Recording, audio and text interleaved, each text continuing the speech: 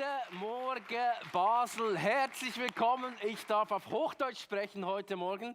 Und ganz herzlich, wenn du auch von online zuguckst heute, egal ob du hier vor Ort bist oder von zu Hause. Ich glaube, Gott hat etwas ready für dich. Und ich habe mich so gefreut, wieder in Basel sein zu dürfen, weil ihr seid einfach eine geile Church. Wirklich. Ich glaube, Gott hat mega Freude über euch. Und er hat ein fettes Smile über das, was hier einfach passiert. Und über eure Treue. Und ich liebe das Team vom ICF Basel. Eben der Matthias hat schon gesagt, uns verbindet wirklich eine Freundschaft. Mittlerweile nicht nur zu Mats und zur Marisa, sondern auch zu Lips und zur Celeste, kenne ich übrigens auch schon von Sydney. Und genau, es ist einfach eine mega Herzensconnection. Und ich liebe, was Gott hier am tun ist. Ihr seid so eine geile Church, wirklich. Habt ihr übrigens gewusst, wir haben ja 1. August gefeiert, im Regen. Die meisten von uns. Und der Mats ist eigentlich ein Megapatriot. Ich habe ein Beweisfoto mitgebracht aus Australien.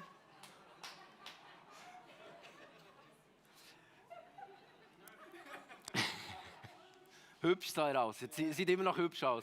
Eigentlich immer noch genau gleich jung. Hey, aber lasst uns doch einfach heute Morgen mal dem Team, nicht nur euren genialen Pastor, aber dem ganzen Team, den Volunteers, die Sonntag für Sonntag hier treu sind, einfach einen fetten Applaus geben. Einfach und Danke sagen für das, was ihr tut und für eure Investments. Ihr seid wirklich eine großartige Church. Ja, ich komme mittlerweile aus Zürich, ursprünglich aus Bern, bin dort aufgewachsen, habe mal IT gemacht und dann irgendwie Bible College, dann Theologie studiert und heute darf ich das ICF Movement leiten. Für die, die nicht wissen, was das ICF Movement ist, ich habe ein paar Daten mitgebracht, so eine kurze Übersicht. Wir haben mittlerweile 68 ICF-Kirchen in 13 Ländern. Wir haben 13 Gründungsprojekte, 88 Microchurches. Und was mich am meisten begeistert auf dieses Slide sind die Taufen. Letztes Jahr durften wir als ICF Movement 1120 Menschen feiern, die öffentlich ihre Bekenntnis gemacht haben zu Jesus. Und das ist wirklich einfach großartig. Ich liebe das. Ich liebe das, dass Gott einfach wirkt durch unsere Kirchen. Und du bist ein Teil von dieser Geschichte, die Gott am Schreiben ist. Deswegen vielen, vielen Dank auch für dein Investment über Basel hinaus. Ich habe eine wunderbare Frau und 3 Kids, die Steffi, ich habe ein Foto mitgebracht. Wir sind verheiratet seit 15 Jahren, haben 3 wunderbare Kinder, der Jaden, der Jackson und der Julian. Die sind 9 und 7 und 4 und Julian Scotti, die auch bei mir im Team ist, die Jovike, die ist heute auch bei mir, die ist auch aus Holland, wo wir gerade in den Ferien waren. Apropos Ferien, ich hoffe, du hattest nicht nur gute Ferien, ich hoffe, es war ein bisschen wärmer als hier. Wer geht noch in die Ferien? Geht irgendwer noch in die Sommerferien? Es sind noch ein paar Gesichter, die sind wirklich ready für Ferien. Ich wünsche dir besseres Wetter, als wir hatten. Man denkt es nicht, oder? Aber es ist wirklich Sommerferien. Das Wetter macht irgendwie nicht ganz mit. Aber wenn wir Ferien gehen, dann haben wir so eine Vorstellung, oder? Ich habe ein Bild mitgebracht von dieser Happy Family. So, das ist, was wir uns vorstellen. Ready to travel und für ein Abenteuer ausgerüstet. Und es wird einfach eine geile Zeit. Ich hoffe, das war dein Erlebnis und nicht das nächste Bild. Nämlich so ein Gepäckstück, das manchmal einfach viel zu schwer ist. Ein fetter Koffer. Vielleicht warst du auch schon mal am Flughafen und dann war aus irgendeinem Grund dein Gepäck ein halbes Kilogramm zu schwer und du musst es nochmal alles auspacken. Wem ist das schon passiert?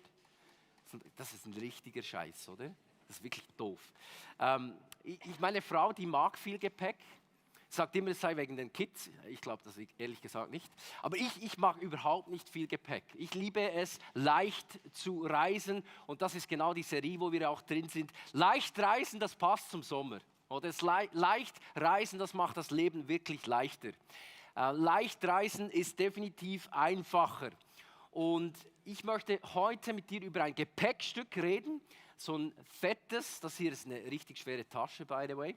Und es gibt so Gepäckstücke in unserem Leben. Ihr habt schon ein paar Dinge angeguckt. Und ich möchte heute mit dir über ein Gepäckstück reden, das ich nur allzu gut kenne.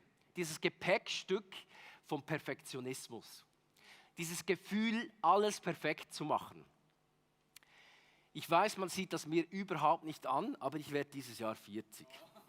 Meine Frau auch. Also die ist schon 40 und bei mir geht es nicht mehr lange. Und am Anfang des Jahres haben wir gedacht, ja gut, was machen wir jetzt, oder? Wir schmeißen eine Party. Und weil wir beide eigentlich Sommer lieben und das Wetter ja im Sommer immer schön ist, haben wir gedacht, wir machen es im August. Da wird es nämlich mega schön jetzt. Und meine Frau hat im März eben wie gesagt, und weißt du, was passiert ist dann, als wir uns diesen Plan gemacht haben? Gar nichts. Ich war wirklich vor lauter Gedanken in meinem Kopf wie gelähmt. Ich habe gedacht, ich mache eine Einladung und die ist dann wochenlang auf meinem Handy einfach sitzen geblieben. Weil ich war so absorbiert mit dem, was alles sein müsste. Ich hab mir darüber Gedanken gemacht, ja, machen wir das mit Kindern, mit Großeltern, welche Alterskategorie, wie viele Leute laden wir ein, können die Leute dann überhaupt an diesem Datum, läuft da nicht schon zu viel in der Kirche, macht das überhaupt Sinn, wenn Steffi im März und ich im November und dann im Sommer, ist das überhaupt cool? Ja, und wenn die Leute dann plötzlich absagen, gefällt es mir dann in diesem Setting wirklich, gefällt es der Steffi, gefällt es den Leuten, die kommen, also diese Gedanken. Und dann, du wirst ja nur einmal 40, oder? Nur einmal. Also du kannst es nicht verkacken.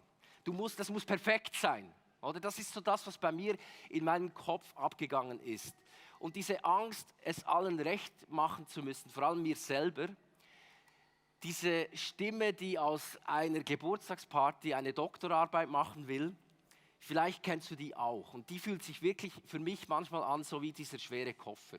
Wie ein viel zu schweres Gepäck.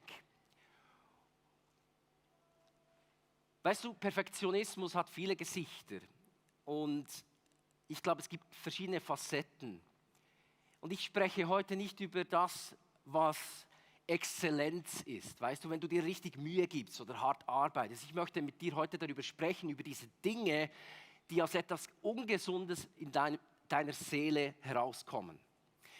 Vielleicht kennst du dieses Aufschieberitis auch, oder? Wie ich habe es dann rausgeschoben. Und oft hat das so mit Dingen zu tun, die bei uns einfach schwer liegen in unserer Seele. Vielleicht sind es so diese Fehler oder dieses Gefühl von Angst vor Fehlern zu haben. Angst vor Fehlern, kennst du das? Angst davor, irgendwas falsch zu machen. Die Angst zu scheitern. Oder du vergleichst dich mit anderen und fühlst dich einfach nur mies. Vielleicht kennst du das, du scrollst durch Social Media und irgendwie sehen bei allen anderen die Sommerferien richtig viel besser aus als bei dir. Oder vielleicht hast du Kinder und du kennst diese andere Familie und wie die ihre Kinder erziehen, ist eigentlich, du wünschst dir, du könntest das auch. Oder du hast diese alte Schulfreundin, die 28 ist, hat schon 5 Kinder, einen Doktortitel und überhaupt sieht sie einfach viel sportlicher aus als du, macht jeden Tag irgendwie Workouts und du denkst einfach nur, Scheiße, wieso kriege ich das nicht hin? Kennst du das? Dieses Gefühl vom Vergleichen.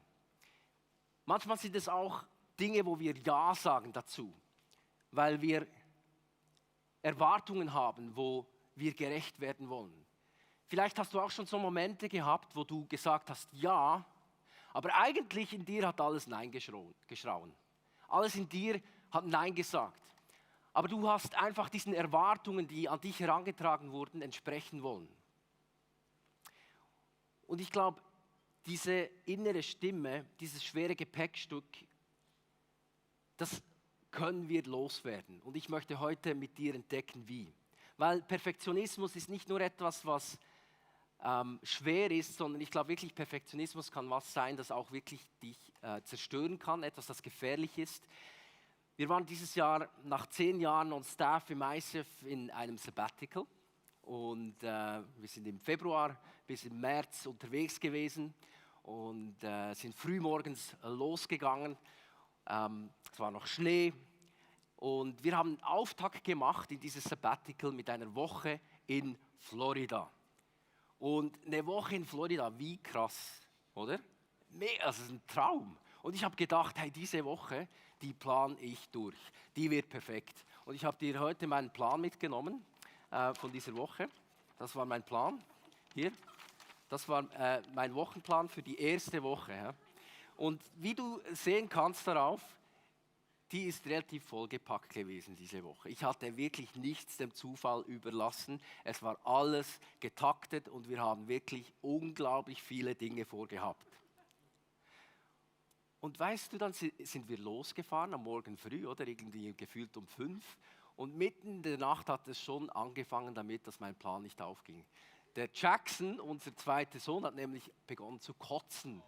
Kurz nachdem wir endlich fertig gepackt hatten, so gefühlt am Morgen um 2 Uhr, fängt er an zu kotzen. Und er hat gekotzt zu Hause, beim Aufstehen, auf dem Weg zum Bus, im Bus, am Bahnhof, im Zug, beim Flughafen, nach dem Check-in, vor dem Check-in, im Flugzeug 14 Mal. Ohne Übertreiben hat er gekotzt.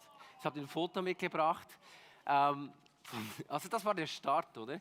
Und wir hatten wirklich eine geile Woche eigentlich, wir hatten eine coole Zeit. Aber ich sage dir was, dieser Plan, der war unglaublich stressig. Mein Versuch, alles kontrollieren zu wollen und alles perfekt zu haben, war unglaublich ein Stressfaktor. Und wir hatten so viel einfach Streit und Unruhe in dieser Woche, der einfach nicht nötig gewesen wäre. Nur weil ich das Gefühl hatte, ich muss alles kontrollieren. Und manchmal ist einfach Perfektion etwas, wo einfach nur Müll produziert in deinem Leben, obwohl du eigentlich es so stark versuchst, im Griff zu haben. Kennst du das? Vielleicht gibt es Sportfreunde unter uns heute Morgen. Ihr hattet ja letzte Woche Final hier im Joggeli. Du warst dort. War jemand am Final? Niemand. Zu wenig Frauenfußballfans hier heute. Vielleicht habt ihr es gesehen, oder? Es war grande Finale zwischen Spanien und England. Und alle haben gedacht, ja, die Spanier, die bringen das nach Hause, oder? Die hatten so einen Lauf. Und dann tatsächlich die Sensation, nicht Spanien gewinnt, sondern England wiederholt den Titel. Und weißt du, das Krasse ist, es gab dann Fotos, oder, wie es so üblich ist, nach so einem Finale. Und einmal mehr, es war eigentlich so voraussehbar, die Spanier völlig am Boden zerstört. Weil in ihrem Kopf hatten sie natürlich nicht Silber gewonnen und waren nicht so quasi die Zweitbesten von ganz Europa, sondern in ihrem Kopf haben sie Gold verloren. In ihrem Kopf konnten sie nur noch das sehen, und du hast es auch bei den Kommentaren gesehen, die waren so enttäuscht, die waren so bitter. In ihrem Kopf haben sie nur noch das gesehen, was sie verloren haben. Und das ist, ich verstehe natürlich, dass Sport darum geht, zu gewinnen. Und das ist auch nichts Schlechtes dabei, verstehe mich nicht falsch. Aber es zeigt uns etwas Perfides aus. Wenn wir Perfektionismus kultivieren in unserem Leben, dann können wir nur noch das sehen, was nicht ist. Perfektionismus raubt dir die Freude an dem, was du hast. Perfektionismus raubt dir die Dankbarkeit für das, was Gott eigentlich schon in deinem Leben geschenkt hat. Und deswegen ist Perfektionismus so etwas Perfides und etwas Gefährliches.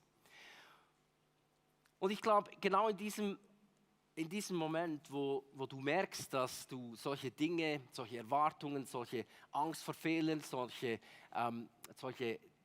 Vergleiche hast in deinem Leben, in diesen Momenten möchte uns Jesus begegnen.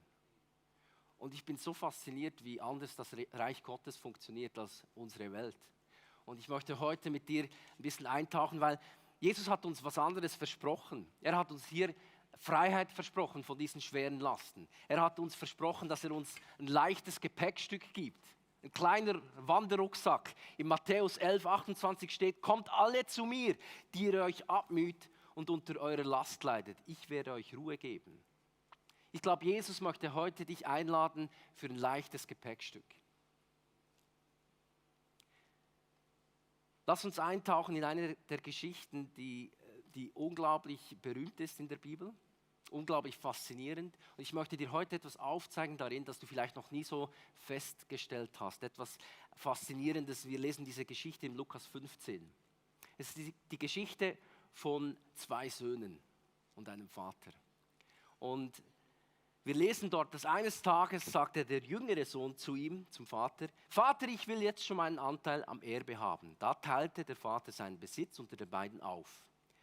Was passiert ist, der junge Sohn geht los und hat so eine Vorstellung vom perfekten Leben. Er geht voll rein, Party hard und schmeißt mal einfach Runde um Runde wilde Leben. Und dann irgendwann ist einfach fertig, Schluss. Es gibt eine Hungersnot und er landet bei den Schweinen. Seine Vision von diesem perfekten Leben ist komplett am Boden zerstört.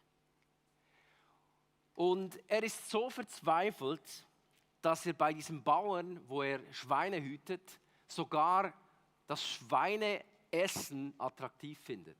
Er ist so am Boden, weil ihn der Hunger quält, dass er endlich zur Besinnung kommt. Und er sagt im Vers 17, bei meinem Vater hat jeder Arbeiter mehr als genug zu essen und ich sterbe hier vor Hunger. Ich will zu meinem Vater, hör gut zu, ich will zu meinem Vater gehen und ihm sagen, Vater, ich bin schuldig geworden an Gott und an dir. Sieh mich nicht länger als deinen Sohn an. Ich bin es nicht mehr wert. Lass mich bitte als Arbeiter bei dir bleiben. Schau, seine Antwort auf seine Situation ist so menschlich und so absehbar. Er sagt, hey, ich bin es nicht mehr wert. Ich habe mit meiner Scheiß-Performance nichts mehr verdient. Und sein Plan ist, er will zurückgehen und sagen, hey Vater, ich komme als Sklave zu dir, ich arbeite mir das wieder zurück. Der Vater in dieser Geschichte steht für Gott und lasst uns zusammen gucken, wie er reagiert. Der Jüngling macht sich auf den Weg und geht zurück zu seinem Vater und der erkennt ihn schon von Weitem und voller Mitleid lief er ihm entgegen, fiel ihm um den Hals und küsste ihn.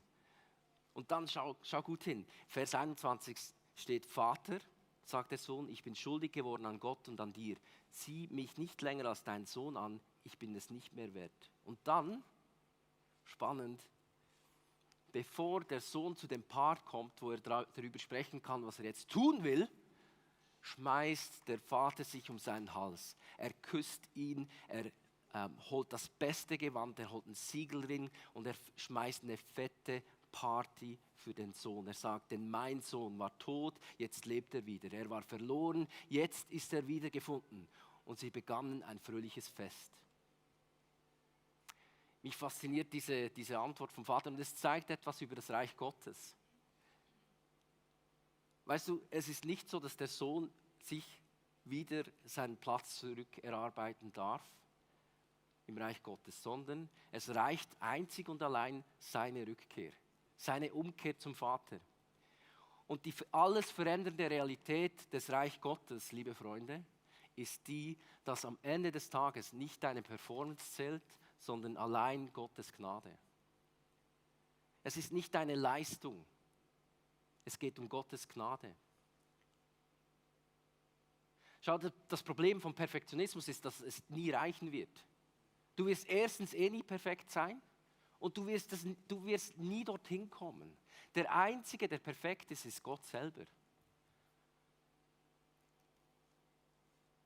Er ist perfekt, damit du und ich es nicht sein müssen. Und weißt du, Gottes Kraft, und das ist das Krasse, zeigt sich nicht in deiner Perfektion, sondern in deiner Schwäche.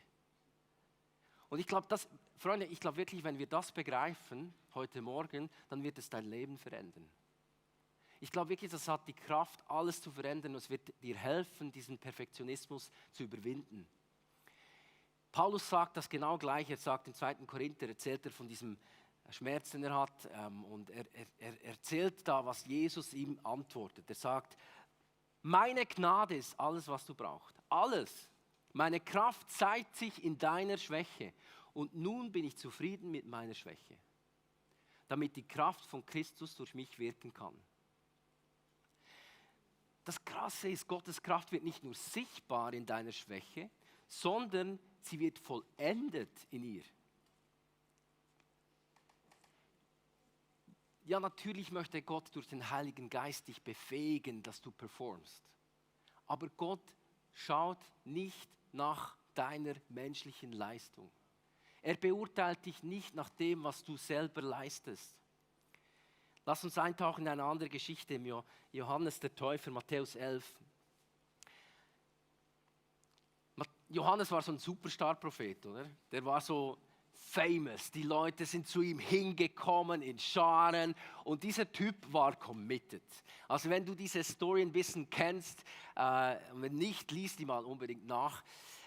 Der Typ war wirklich on fire. Der ging in die Wüste, er hat gefastet, er hat Heuschrecken gefressen, er hat Kleider als Ziegenhaaren, was auch immer angehabt. Er war wirklich all in. Der Typ hatte Vision, er war on fire und er hat geglaubt, dass Gottes Reich kommt. Und in Matthäus 11 lesen wir davon, dass dieser Johannes, dieser Superstar, der so radikal unterwegs war, plötzlich zweifelt an seinem Calling. Er ist im Gefängnis und er hört von Jesus. Die Mission von Johannes war, den Messias anzukündigen. Er hört von diesem Jesus und er beginnt zu zweifeln. Wir lesen in Matthäus 11, 2-3, dass er von Jesus Christus Taten erfahrt. Und er schickte seine Jünger, also die Jünger von Johannes, zu Jesus und ließ ihn fragen, bist du wirklich der Retter, der kommen soll, oder müssen wir auf einen anderen warten? Johannes ist im Zweifel, vielleicht kennst du das auch, vielleicht hast du schon eine Situation gehabt, wo du so sicher warst, dass Gott dir etwas gesagt hatte. Du warst überzeugt davon, dass Gott dir einen Auftrag gegeben hat, dass du ein Calling hast und du hast ein Brennen gehabt. Du hast ein Feuer gehabt für die Sache Gottes in deinem Leben. Du hast etwas gehabt, wo du gerochen hast, was sein könnte. Und irgendwie scheint Gott einfach sich nicht zu zeigen. Vielleicht bist du sogar heute Morgen da und du bist müde und du fühlst dich wie Johannes im Gefängnis und du hast das Gefühl, dass Gott einfach nicht seinen Arm bewegt. Du siehst es einfach nicht mehr. Du siehst einfach diese Verheißung nicht und du fragst dich, war das vielleicht nur meine eigene Stimme? Habe ich mir das eingebildet? War das nur so eine vage Selbsteinbildung von mir? Was ist los, Gott? Bist das wirklich du, Jesus? Oder muss ich auf etwas anderes warten? Habe ich was falsch gemacht? Ich kann mir gut vorstellen, dass der Johannes sich das gefragt hat. Habe ich was verkackt? Habe ich nicht genug performt? Reicht es nicht, was ich gemacht habe? Vielleicht hast du auch so Situationen, wenn du ehrlich bist, dann hast du irgendwie das Gefühl, ich gebe auf, ich weiß nicht mehr, was das soll. Und ich liebe, was dann passiert. Jesus bestätigt seinen Jüngern, den Jüngern von Johannes, dass er der Messias ist, indem er zeigt, wie er die Prophetien des Alten Testamentes erfüllt. Er sagt, hey, geh zurück zu Johannes und sagt ihm, ja, ich bin der Messias. Ja, die Blinden werden sehen und die Lahmen werden geheilt und die Menschen finden Freiheit. Aber weißt du, was noch viel krasser ist an der Geschichte? Ist Folgendes. Sobald die Jünger von Johannes weg sind, sobald Johannes es eigentlich nicht mehr mitkriegt, also hinter dem Rücken von Johannes, beginnt Jesus über Johannes zu sprechen. Und weißt du, was er macht? Schau mal hin. Er erzählt den Leuten, was für ein krasser Held der Johannes ist. Wir lesen das in Matthäus 11, 7 und folgende Verse. Als die Männer wieder gegangen waren, wandte sich Jesus an die Menschen, die sich um ihn versammelt hatten. Dann fing er an, über Johannes zu reden. Ja, Johannes ist ein Prophet und mehr als das. Ich versichere euch, von allen Menschen, die je geboren wurden, ist keiner bedeutender als Johannes der Täufer. Wie crazy ist das? Im Auge von Johannes selber hat er das Gefühl, er hat versagt. Er hat einen riesen Fail. Er ist überhaupt nicht dort, wo er sein sollte. Der Plan geht nicht auf. Aber im Auge von Jesus, im Auge Gottes, ist er ein gigantischer Held. Johannes fühlt sich wie ein Loser, aber Gott sieht ihn als Helden. Und Freunde, ich glaube, Gottes Blick ist so oft so anders als unser eigener Blick. Ich glaube, er schaut nicht auf deine peinlichen Momente der Schwäche. Er sieht nicht auf dein Versagen. Er sieht nicht die Momente, wo du nicht reichst, sondern er sieht dich als ein teuer erkauftes Kind. Er sieht dich als sein Eigentum und er ist stolz auf dich. Er sieht dich als Überwinder, als Gewinner, als jemand, der genau am richtigen Ort in seinen Plan reinpasst. Weißt du, ich kann mir gut vorstellen, dass Gott heute Morgen vielleicht sogar im Himmel zu seinen Engeln sagt, hey, hast du schon die Sarah gesehen? Hey, ich bin so Fan von der Sarah. Sie ist einfach gigantisch, sie ist ein Held. So wie sie das macht mit ihren Kids, ist einfach unglaublich. Ich bin so stolz auf sie. Oder vielleicht sagt Gott über Simon heute Morgen, schau, wie der Simon dranbleibt, wie treu er ist, wie er immer wieder aufsteht. Ich glaube, Gottes Perspektive über dich ist so anders, als du dir das vorstellst. Ich kann mir so gut vorstellen, dass Gott hinter deinem Rücken vielleicht sogar, wie bei Johannes, so unglaublich Fan von dir ist. Gott liebt dich aus ganzem Herzen, er sieht dich als Gewinner. Und ich liebe es, was hier steht, nämlich, dass trotzdem ist selbst der Geringste, sagt Jesus, in Gottes himmlischem Reich größer als Johannes. Stell dir mal vor, es gibt ganz viele richtig komische Leute im Christentum. Vielleicht ist das auch schon mal aufgefallen. Aber Jesus sagt, dass jeder, selbst die komischen Leute, größer sind als Johannes. Also gib dir das mal. Das ist Gottes Zusage über dich, Freund. Das ist seine Perspektive über dich. Er hat ein größeres Ansehen von dir als über Johannes. Wie crazy, ich kann mir das kaum vorstellen, weil Gott misst deine Position nicht an deiner Perfektion. Ich glaube, Gott möchte dir heute wirklich so ein leichtes Gepäck geben. Ein leichter Rucksack. Ich liebe es, dass im selben Kapitel, Matthäus 11, Jesus genau das sagt.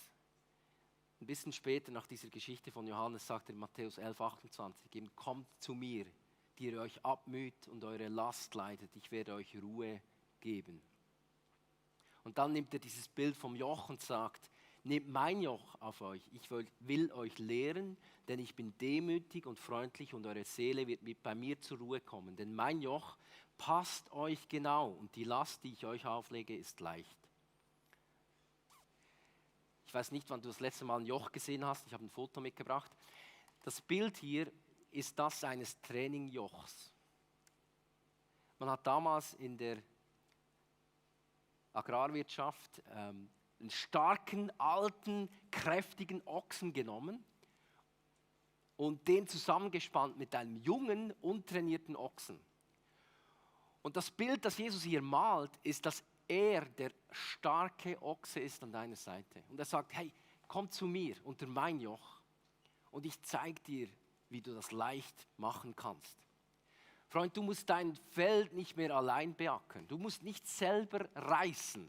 Du musst nicht das Gefühl haben, dass du alleine pflügen musst, sondern Jesus lädt dich ein, dass er an deine Seite kommt und dass du bei ihm ein leichtes Joch hast, so dass du dich nicht aufreibst, so dass du dich im richtigen Tempo bewegst, so dass du merkst, wie du plötzlich einfach Durchbrüche bekommst in deinem Leben und wie dein Feld bestellt wird. Das ist wirklich Good News. Und du sagst jetzt vielleicht, ja, Joel, das hört sich super gut an, oder? Ich verstehe das. Perfektionismus nicht gut, Dinge hier ablegen auch nicht wichtig, oder? Ja, leichtes Gepäck. Aber ganz ehrlich, wie mache ich denn das in meinem Alltag?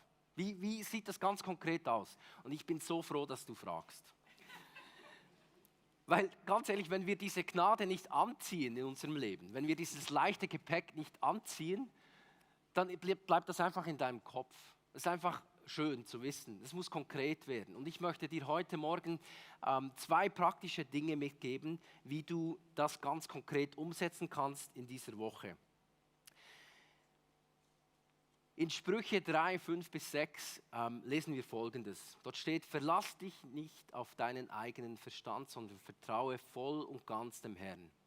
Denke bei jedem Schritt an ihn, er zeigt dir den richtigen Weg und krönt dein Handeln mit Erfolg. Verlass dich nicht auf deinen eigenen Verstand, sondern vertraue voll und ganz auf den Herrn. Ich möchte dir eine Challenge mitgeben für diese Woche. Vielleicht hast du so Dinge, wo du auch merkst, eigentlich müssten sie genau so sein, damit du endlich loslassen kannst. Vielleicht ist das diese E-Mail, die du verschicken musst, oder vielleicht musst du auch eine Party planen, oder du hast irgendein Projekt, wo du merkst, es ist nicht genau so, oder du fühlst dich irgendwo limitiert.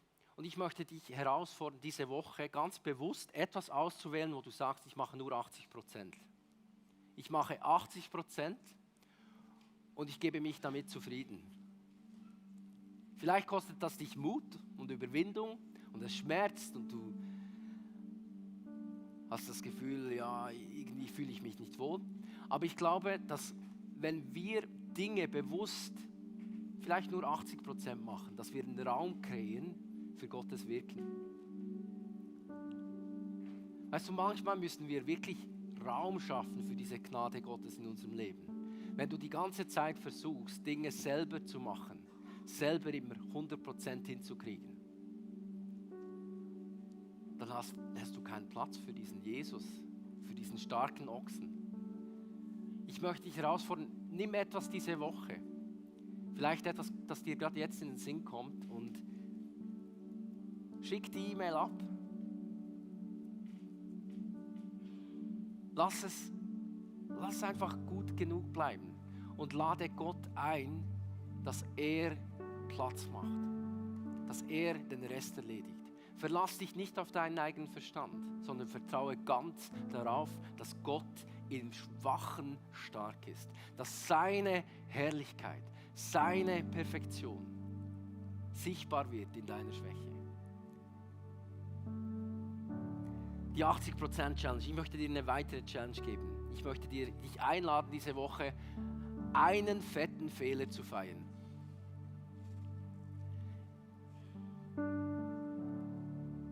Nicht, weil du rumheulst, aber ich möchte dich einladen, dass du einen guten Freund oder eine gute Freundin nimmst und der erzählst von etwas, was du verbockt hast. Weißt du, wir lesen in der Bibel, dass wir nicht perfekt sind. Im 1. Johannes steht, wenn wir behaupten, sündlos zu sein, betrügen wir uns selbst, dann lebt die Wahrheit nicht in uns. Und Jakobus gibt uns eine Anleitung, was wir dann tun sollen mit unserer Imperfektion. Er sagt, bekennt einander also eure Sünden und betet füreinander, damit ihr geheilt werdet. Denn das Gebet eines Menschen, der nach Gottes Willen lebt, hat große Kraft. Schau, wenn du deine Unvollkommenheit ans Licht bringst, erlebst du Heilung. Gott gibt dir einen leichten Rucksack. Er nimmt dir die schwere Last ab. Und du wirst merken, wie diese Fehler Macht verlieren in deinem Leben. Vielleicht ist es was Kleines, aber ich bitte dich, mach das diese Woche. Nimm etwas und teile es mit jemandem und sag, schau hier, ich habe es nicht hingekriegt. Und vielleicht feierst du das sogar, weil manchmal ist es gut, uns daran zu erinnern, dass wir schwach sind und dass wir Gott brauchen in unserer Schwachheit und dass er dadurch stark wird. Ich möchte dich einladen, in eine Zeit reinzugehen, wo wir einfach Gott unser Herz hinhalten wollen. Ich möchte dich einladen, aufzustehen und das ganz praktisch einfach noch zu machen.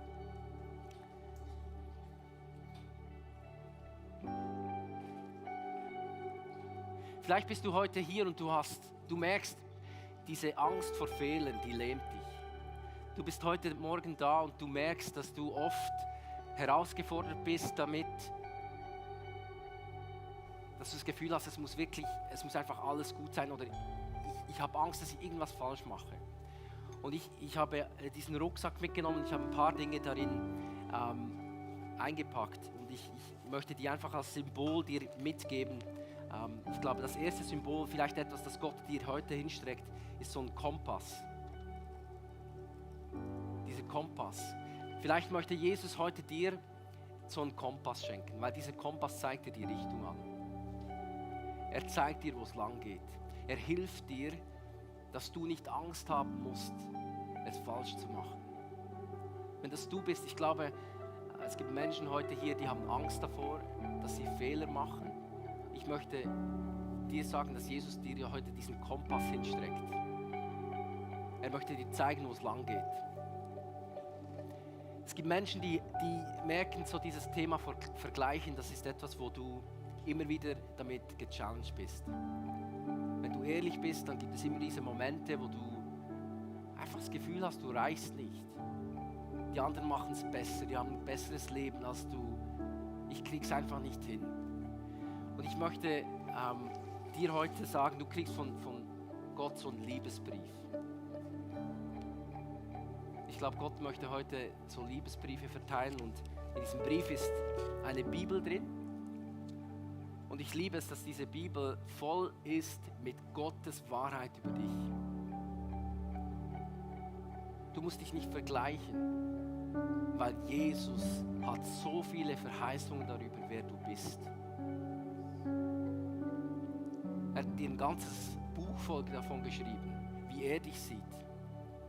Du hast keinen Grund, dich zu vergleichen, weil Jesus dich einmalig und wunderbar geschaffen hat. Vielleicht gibt es Menschen, wo du merkst, du bist immer wieder geplagt von Erwartungen. Und ich glaube, Gott möchte dir heute so eine Karte schenken. Weil Jesus hat einen Plan für dich. Jesus hat eine einmalige Karte für dich, für dein Leben parat.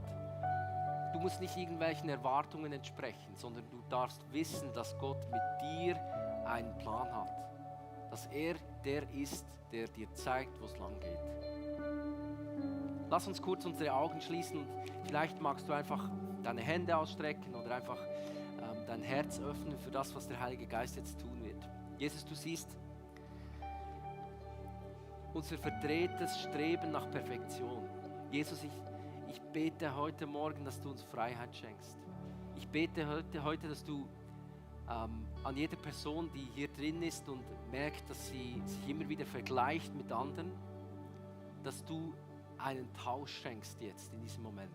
Jesus, ich bete für Menschen, die immer wieder scheitern an Erwartungen, die es sich selbst nicht recht machen können oder das Gefühl haben, sie können es anderen nicht recht machen oder vielleicht sogar das Gefühl haben, sie machen es dir nicht recht.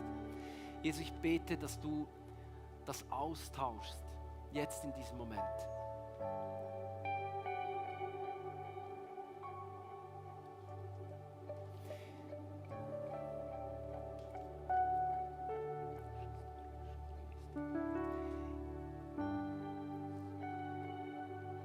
Jesus, ich danke dir für das, was du jetzt tust in diesem Augenblick. Heiliger Geist, ich bete, dass du einfach jetzt uns so leichte Rucksäcke verteilst. Deponier diese schwere Last am Kreuz. Jesus ist da mit offenen Armen, wie dieser Vater, der dir sagt, du musst nicht zuerst zum Sklaven werden. Du darfst so kommen, wie du bist. Du darfst jetzt einfach dich hindrehen und der Vater steht genau jetzt da. Jesus streckt dir deine Arme entgegen und er hat ein Ja zu dir. Gott liebt dich nicht wegen deiner Leistung, wegen dem, dass du alles richtig machst, sondern aus dieser Liebe heraus wirst du merken, wie er dein Leben verändert. Step by step. Ich danke dir, Jesus, für das, was du heute Morgen tust im Leben von Menschen, dass du Durchbrüche schenkst. Und wir sagen Ja und Amen dazu. In deinem Namen. Danke, Jesus. Lass uns reingehen in eine Zeit, wo wir einfach Gott ehren wollen für das, was er getan hat. Und vielleicht, wenn du merkst, du hast noch nichts von Gott bekommen, so ganz persönlich, nimm dir diese Zeit einfach nochmal, um das Gott hinzuhalten. Ich glaube wirklich, dass er Menschen freisetzen wird heute Morgen in dieser Worship-Zeit. Amen.